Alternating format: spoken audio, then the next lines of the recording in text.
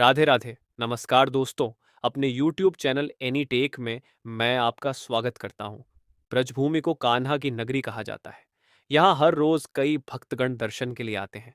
इसी बीच वृंदावन में एक बेहद अद्भुत धाम है जिसे हम निधिवन के नाम से जानते हैं।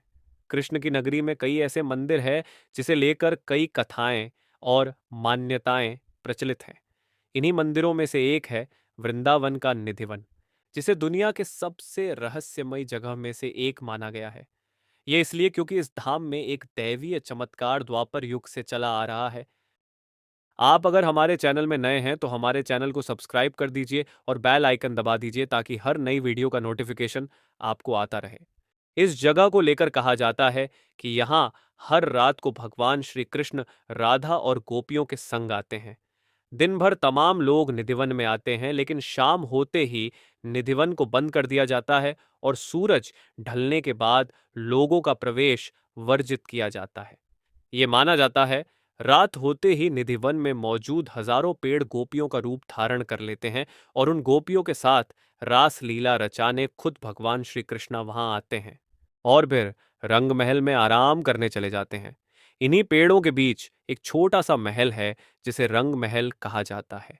निधिवन के रंग महल में सूर्यास्त के बाद रंग महल में कान्हा के लिए भोग, पान प्रसाद, पानी और दातुन और आसन बिछाया जाता है और राधा रानी के लिए श्रृंगार का सामान भी रखा जाता है।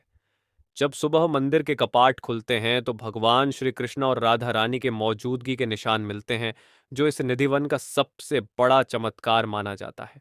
सुबह मंदिर का कपाट खुलते ही भोग एवं प्रसाद ग्रहण किया पाया जाता है, दातुन भी इस्तेमाल किया पाया जाता है और पानी का बर्तन भी खाली पाया जाता है।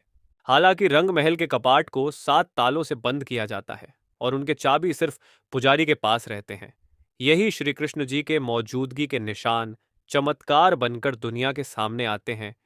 निधिवन में ये जो वृक्ष है, इनकी खासियत ये है कि ये ऊपर बढ़ने की बजाय नीचे की तरफ बढ़ते हैं। जब कोई भी पौधा बढ़ेगा तो एक तो वह सूरज की रोशनी की तरफ जाएगा, पर यहाँ उल्टा होता है। मान्यता यह है कि यह धरती को अपने मस्तक को लगा लेना चाहते हैं और ये जो पेड़ है पूरे ब्रज, या कह सकते हैं पूरे दुनिया में, बस यहाँ निधिवन में ही पाए जाते हैं। आपको ये प्रजाति कहीं देखने को नहीं मिलेंगे, बस इन्हीं 4 निधिवन के दीवारों में ही पाए जाते हैं। निधिवन में ये जो वृक्ष है 1108 है। भगवान श्री कृष्ण की गोपियों भी 1108 थी। एक वृक्ष एक एक गोपियां बनके यहाँ रासलीला करती है। बहुत से लोग ऐसे होते हैं जिनकी इच्छा होती है कि निधिवन के अंदर रात में रुके और श्री कृष्णा संग गोपियों की रासलीला देखें। पाया गया है कि कई लोग रासलीला देखने के लिए इस वन में कपाट बंद होने से पहले छुप गए हैं, पर सुबह वह लोग बेहोशी की हालत में पाए गए हैं। कहाँ जाता है इस रासलीला को जिसने भी देखा वह पागल हो गया और कुछ दिनों के बाद उसकी मौत हो जाती है।